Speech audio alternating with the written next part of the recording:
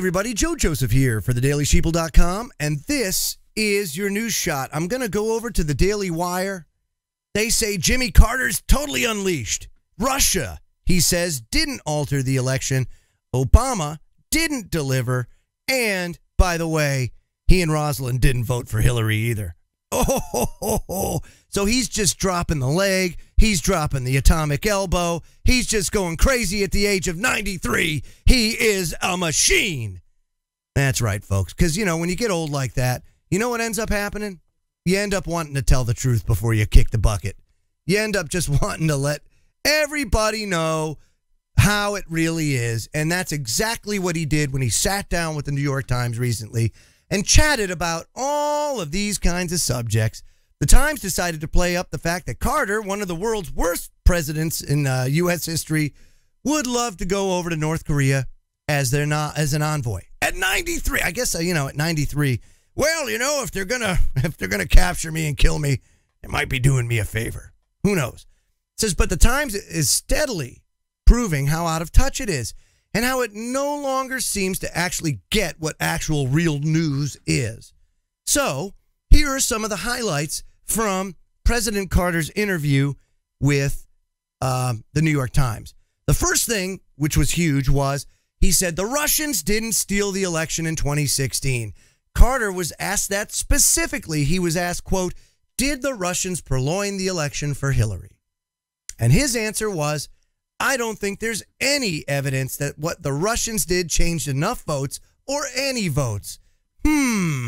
Because it didn't. Because people are pissed. And just like the United States goes over with their Radio Free Europe and all their other propaganda BS that they pump over into foreign countries, the Russians did the exact same thing, little dose of medicine for us, with an entity called Russia Today, which all they did was tell the truth, because that's all they have to do.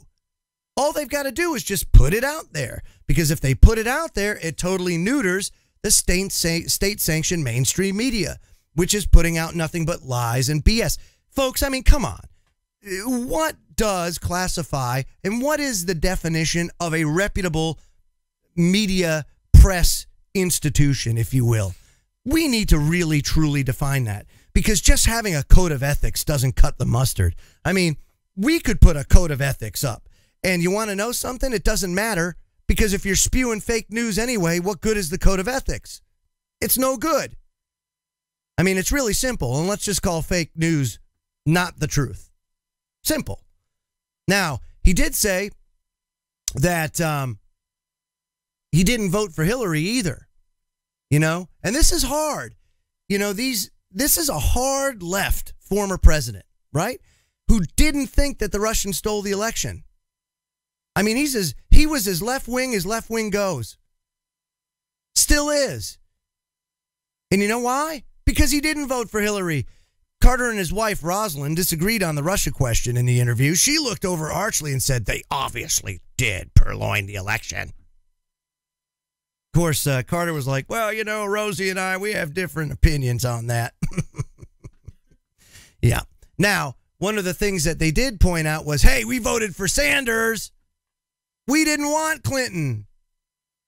That's great. At least the hard left Carters voted with exactly what they should have done, Sanders, because that would fit more in line with the way Carter was. Again, socialism, if you want to take a look at socialism and communism throughout the world, it's working in every place that's collapsing. It's doing exactly what it was designed to do. That is what socialism does. Socialism and communism on a micro scale work wonderfully, because you can have the checks and balances, and people can't go so far and amass so much power without being checked. So in a microcosm, it works great.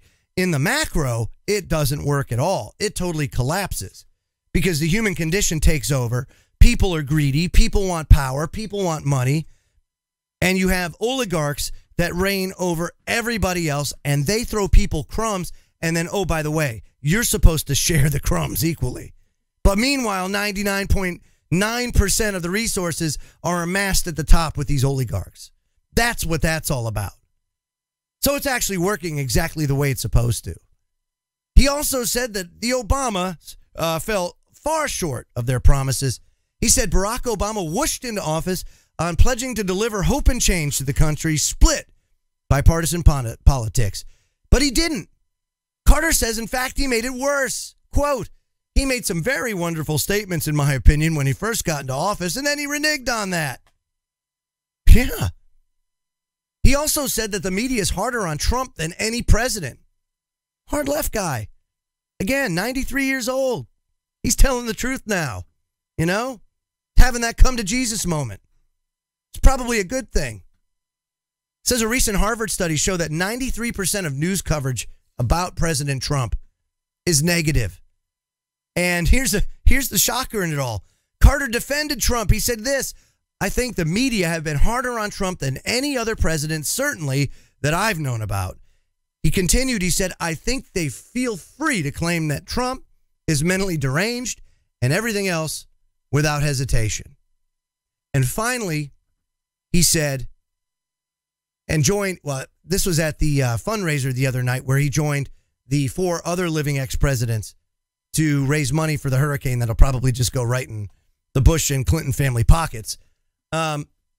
He said this, I think they ought to find a different way to object, to demonstrate. And he's talking about standing during the next national anthem. He said, I would rather see all the players stand during the national anthem. Of course you would. Of course you'd want everybody praising the state. I mean, that's what all you presidents want. You want everybody to worship the state, worship the government God. Don't worship the God up there in the sky. God forbid you do that. Oh, you get vilified for that. Why, you're a freak if you do that. No, you must put your hand over the heart and say your chant to the state. You know, oh my gosh, it's no different than sun worship or any other type of worship. It's idolatry. It's garbage. We know what we individually stand for, but we have to accept all the good that's been done by the United States, but also, my friends, all the bad that's been done in our names by the United States.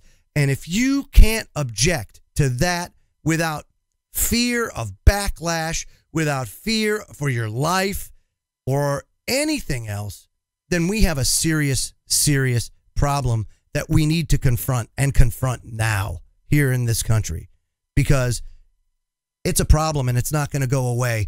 And doing the Bellamy salute and reciting the Pledge of Allegiance is not exactly the best way to handle things in a free society. I'm Joe Joseph. This was thedailysheeple.com's News Shot. Feel free to comment below and visit our website at thedailysheeple.com. Have a great day, everybody.